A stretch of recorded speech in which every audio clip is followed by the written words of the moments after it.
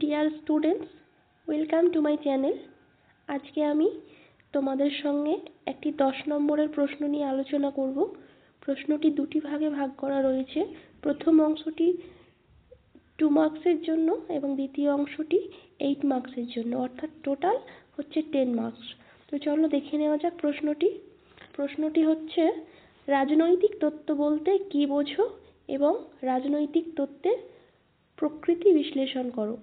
তো রাজনৈতিক তত্ত্ব বলতে কী বোঝো, এই অংশটি রয়েছে 2 মার্কসের জন্য এবং পরের অংশটি রাজনৈতিক তত্ত্বের প্রকৃতি বিশ্লেষণ করো, এই অংশটি রয়েছে 8 মার্কসের জন্য। তো চলো শুরু করা যাক। রাজনৈতিক তত্ত্ব বলতে কী বোঝো। প্রথমেই রয়েছে রাজনৈতিক তত্ত্ব। রাজনৈতিক তত্ত্ব হলো রাষ্ট্র, সরকার, ক্ষমতা, ন্যায় বিচার, স্বাধীনতা, সাম্য এবং নাগরিক অধিকার সংক্রান্ত ধারণাগুলোর গবেষণা ও বিশ্লেষণ। এটি রাজনৈতিক চিন্তার মৌলিক প্রশ্নগুলো অন্বেষণ করে এবং নৈতিক ও বাস্তব দৃষ্টিকোণ থেকে রাজনৈতিক প্রতিষ্ঠানের কার্যকারিতা ব্যাখ্যা করে। এটি হলো প্রথম যে প্রশ্নটি রয়েছে, রাজনৈতিক তত্ত্ব বলতে কী বোঝো, 2 মার্কসে, তার জন্য এই আনসারটি। তারপরে রয়েছে রাজনৈতিক তত্ত্বের প্রকৃতি বিশ্লেষণ করো। রাজনৈতিক তত্ত্বের প্রকৃতি। দেখো, রাজনৈতিক তত্ত্বের প্রকৃতি বিশ্লেষণ করলে কয়েকটি গুরুত্বপূর্ণ দিক স্পষ্ট হয়। প্রথমত, বৈচিত্র্যময় চরিত্র। 1 নম্বর পয়েন্ট রয়েছে বৈচিত্র্যময় চরিত্র। বৈচিত্র্যময় চরিত্র।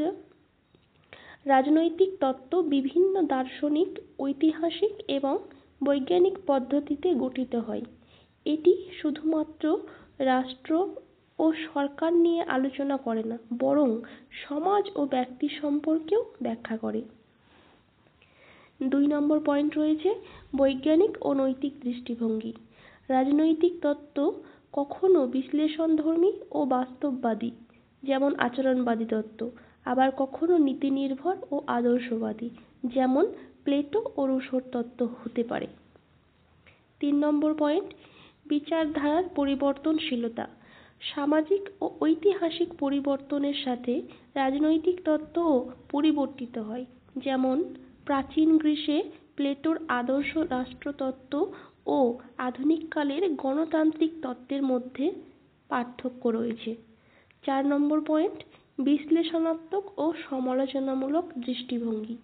এটি বিদ্যমান রাজনৈতিক কাঠামো ও নীতিগুলোর যুক্তিপূর্ণ বিশ্লেষণ করে এবং কখনো কখনো সেগুলোর সমালোচনা করে নতুন দৃষ্টিভঙ্গি উপস্থাপন করে।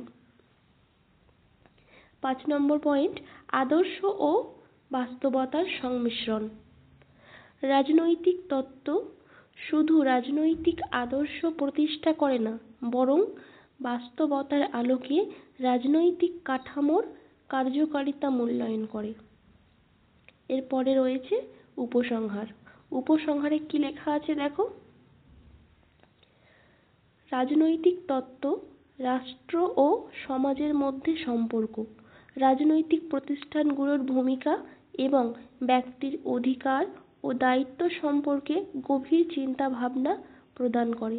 এটি শুধুমাত্র একাডেমিক বিষয় নয়, বরং বাস্তব জীবনের সঙ্গে সম্পর্কিত একটি গুরুত্বপূর্ণ শাখা, যা রাজনৈতিক ও সামাজিক পরিবর্তনে ভূমিকা রাখে। তো এই ছিল আমাদের আজকের কোশ্চেনের আনসার।